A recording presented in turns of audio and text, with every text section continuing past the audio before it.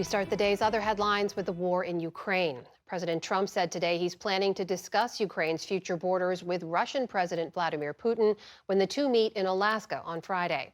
At the White House today, Trump called it a, quote, feel-out meeting, during which he'll urge Putin to end the war, but not without some territorial concessions on both sides.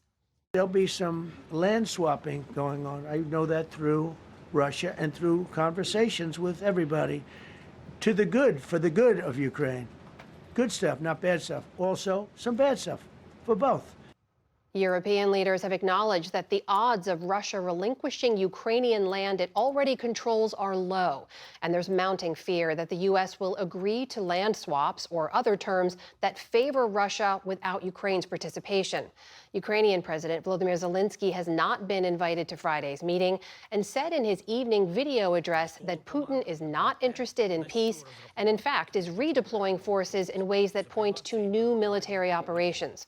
Also today, German Chancellor Friedrich Merz invited Trump, Zelensky, and other key players to meet before Friday about, quote, further options for action to put pressure on Russia. Here at home, a federal judge in New York today rejected a Justice Department request to unseal grand jury records from Ghislaine Maxwell's sex trafficking case.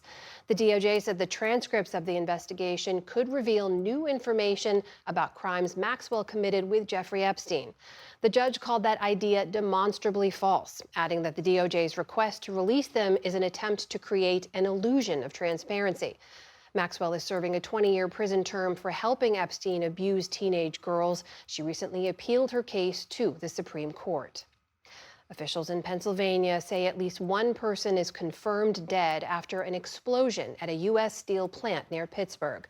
Another person is still missing, and at least 10 others were sent to nearby hospitals with injuries. This time-lapse video shows the moment of the explosion, with black smoke erupting from the site. Emergency officials say it happened around 11 a.m. this morning at the Clairton Coke Works. The plant is one of 4 major U.S. steel plants in the state, which employ several thousand workers. The company CEO says it's working with authorities to investigate what caused the blast. We have a follow-up on last week's shooting at the CDC headquarters, which left an officer dead as well as the shooter.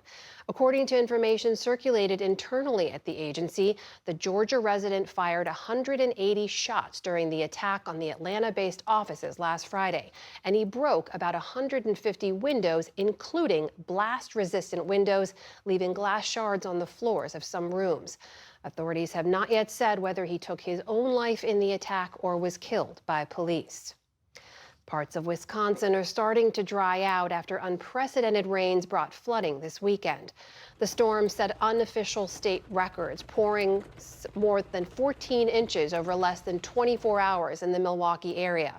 Motorists abandoned their vehicles near the city's Major League ballpark, and the floodwaters canceled the final day of the state fair. As of this morning, nearly 3,000 homes were still without power. No fatalities have been reported so far. More rain is expected tonight, though it's not predicted to be nearly as bad as this past weekend. President Trump signed an executive order today to extend a tariff truce with China for another 90 days. The order was signed just hours before midnight when the higher rates were set to take effect. The extension keeps U.S. tariffs on China relatively low at 30%. That's compared to 145% had the deal expired, and Chinese tariffs on U.S. goods were set to go up to 125%.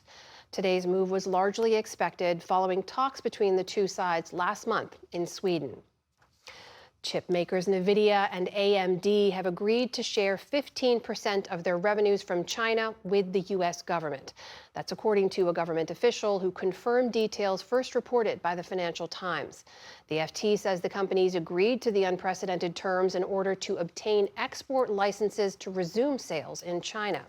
President Trump had halted sales back in April, citing national security concerns. But last month, the chip maker said the government would let them restart selling certain advanced chips that are used for AI development. And on Wall Street today, stocks ended lower ahead of tomorrow's highly anticipated inflation report. The Dow Jones Industrial Average slipped 200 points on the day. The Nasdaq fell more than 60 points. The S&P 500 also ended lower. And AOL is finally pulling the plug on its dial-up internet service.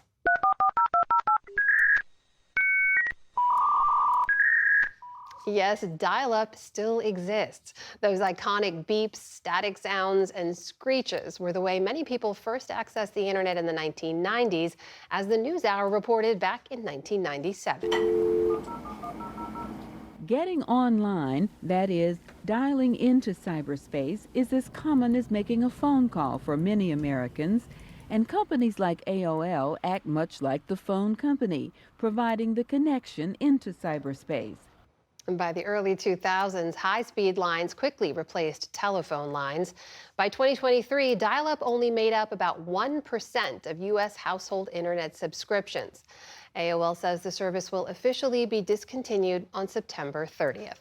Still to come on the NewsHour, a Texas Republican lawmaker discusses his party's attempt to redraw congressional districts. And Tamara Keith and Amy Walter break down the latest political headlines.